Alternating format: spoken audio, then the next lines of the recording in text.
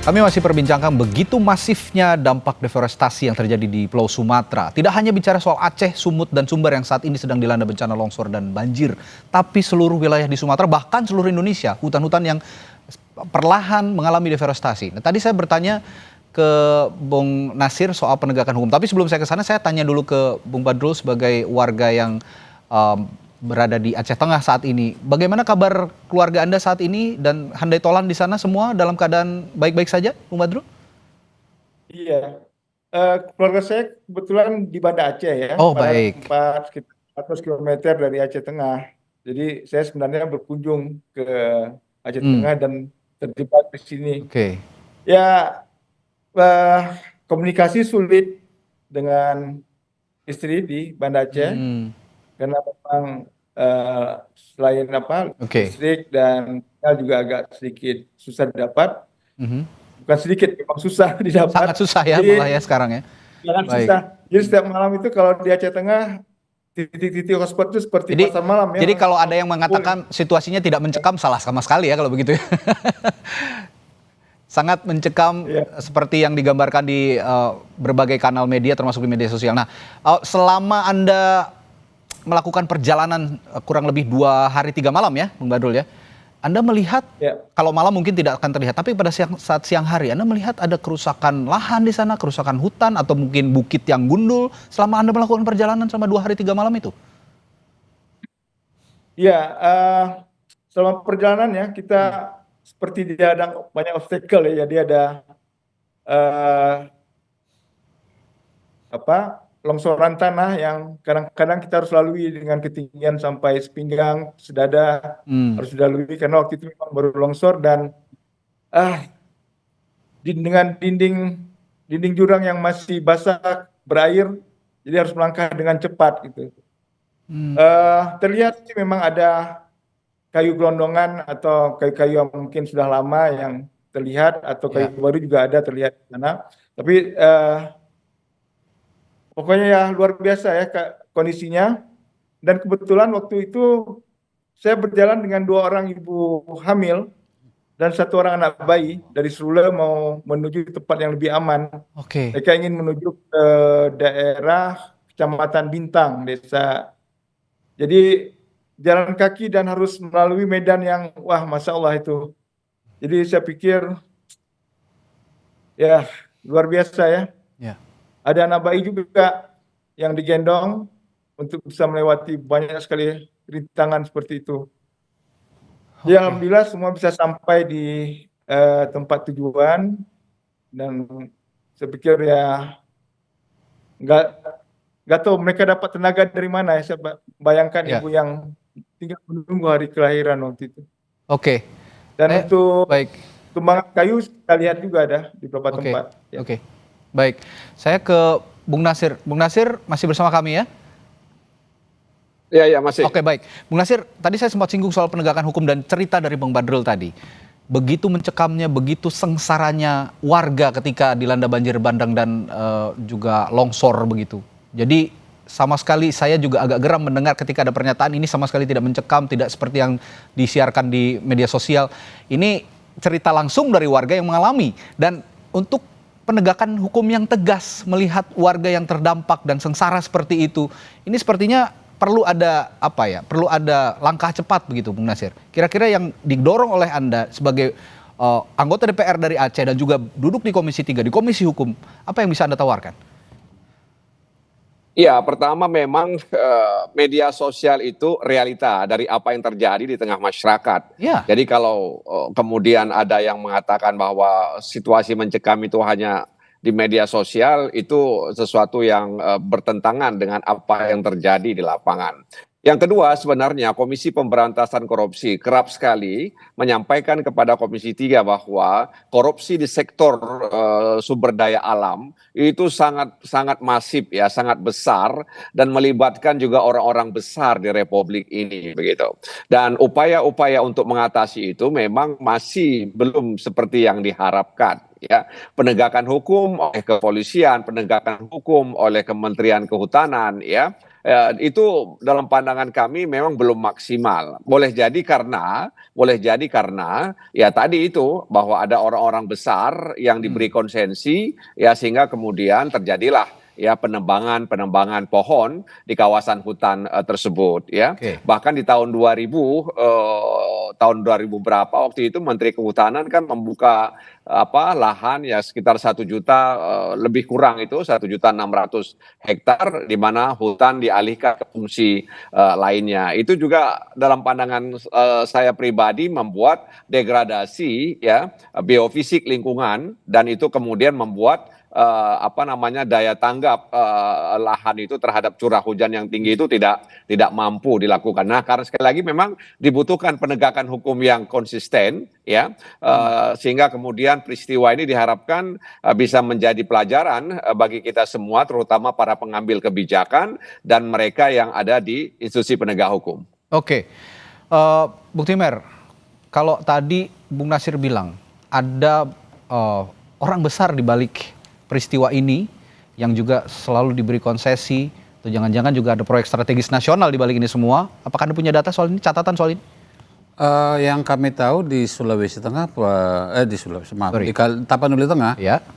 Dan Tapanuli Selatan ada usulan PSN untuk proyek jalan tuh, yang untuk membelah hutannya gitu ya. Nah yang kayak gini nih yang jadi soal kita seringkali PSN juga tidak dilandasi dengan kajian yang bagus. Oke, di satu sisi kan masyarakat butuh infrastruktur memang. Tapi apa yang perlu diperhatikan dengan membangun infrastruktur itu? Jalannya bisa jadi dibutuhkan. Oke. Tapi yang jadi soal kita setiap membangun jalan adalah kita tidak pernah mengenforce bagaimana agar tepi-tepi jalan tidak jadi rumah hunian yang meluas ke kiri kanan. Persoalan kita kan selalu begitu, selalu ekses-ekses yang seolah-olah itu ya udah mau gimana lagi. Nah ini yang sehingga kemudian ketika pemerintah merencanakan satu proyek, mestinya juga punya safeguard namanya, dan kemudian mengimbangi dengan proses penegakan hukum tadi. Nah ini yang tidak terjadi dalam konteks banjir yang kita alami sekarang ini. Oke. Dan itu kan kumulatif Mas Radhi. Jadi merusak lingkungan itu tidak lantas sekarang kita rusak, besok akibatnya. Dan apa cerita Bang Badrul tadi kan adalah fenomena yang biasa dengan perusakan alam. Yang jadi korban siapa, yang ngerusak siapa gitu. Bang Badrul sama sekali tidak ngerusak hutan dia, yang rusak orang lain, tapi dia yang jadi yang korban. kena dampaknya. Nah, ya. Oke.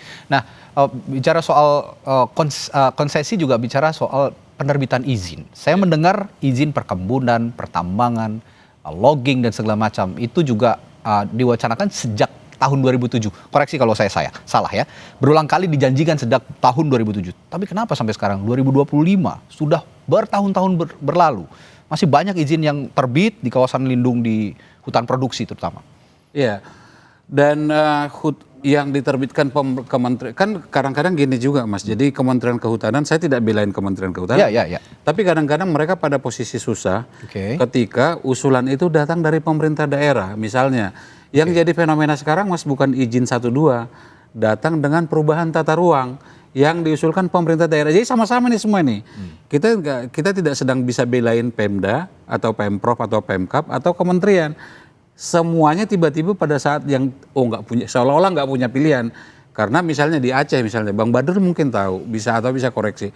Kawasan ekosistem loser saat ini itu pun terancam tidak ada lagi gitu sebagai kawasan, yang ada tinggal Taman Nasional Loser. Jadi ada memang dalam situasi kita sekarang atau terutama di masa Pak Jokowi kedua dan awal-awal Pak Prabowo ini, kita seolah-olah gamang nih, mana nih yang kebijakan yang akan akan kita lakukan atau akan kita terapkan, sementara perusakan alam jalan terus.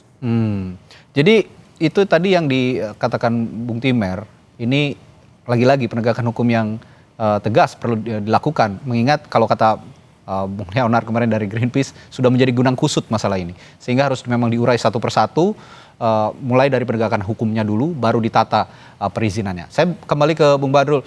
Bang Badrul, kalau Anda tadi mengatakan sekarang sulit ada akses komunikasi, lalu juga bantuan masih terbatas karena akses masih terputus dari beberapa daerah untuk menyampaikan bantuan. Bagaimana dengan bahan bakar? Kabarnya di beberapa wilayah juga bahan bakar kesulitan karena tidak bisa tidak bisa masuk, sementara masyarakat juga beraktivitas menggunakan kendaraan bermotor. Bagaimana Bung Barul di sana kondisinya? Ya benar, itu kondisi yang sama di sini. Oke. Sulit sekali mendapatkan bahan bakar kalau hari-hari kita disuguhi dengan pandangan antrian BBM yang sangat panjang sampai kilometer itu panjangnya. Jadi ya mungkin saya mohonlah kepada semua pihak ya. Ini sudah sangat urgent. Infonya juga hari ini bahan bakar gas juga sudah semakin langka atau bahkan mungkin sudah hilang. Baik. Gitu, ya Bang. Oke, saya ingin tanya Bang Badrul, mohon maaf usianya saat ini berapa? Saya Ya. Harus bilang 54 tahun sekarang. Oh baik, mohon maaf ya saya harus tanyakan. Selama 54 tahun Anda sebagai warga Aceh, apakah ini bencana yang paling parah atau sebelumnya pernah terjadi bencana seperti ini? Dan bagaimana komparasinya jika memang ada bencana sebelumnya? Ya saya pikir ini yang paling parah ya saya rasakan ya. Dulu ada juga banjir di Aceh Tamiang, kalau tidak salah 2006. Oke. Ya, tapi ya kerusakannya juga tidak besar, tapi saya pikir tidak seluas sekarang itu. Dampaknya juga penanganannya waktu itu lebih cepat, mungkin masih ada BRR ya waktu itu. Aceh masih pada proses rehab rekon. Jadi begitu banyak sumber daya yang bisa dikerahkan. Jadi kalau sekarang saya pikir ini sudah hari ke-8 atau ke-7 belum ada akses jalan yang bisa ditembus untuk bisa menuju ke Banda Aceh. Baik, melihat kondisi seperti itu 2006 ya tadi kalau Anda gambarkan sekitar 2006 di Aceh Tamiang pernah terjadi bencana seperti ini, banjir dan longsor, tapi ini yang terparah menurut Bung Badrul. Bang Nasir, apakah merasakan hal yang sama sebagai anggota DPR RI dari Aceh? Ya, jadi saya hari Sabtu itu perjalanan menuju Biren, ya saya singgah di Pidijaya, kemudian saya juga singgah di Biren, kemudian di Biren ada jembatan yang putus, lalu saya naik perahu karet yang disiapkan oleh kepolisian. Perahu karet itu juga digunakan oleh warga lainnya untuk menyeberang. Nah, setelah itu baru naik mobil lagi ke Los Mame, ke Aceh Utara.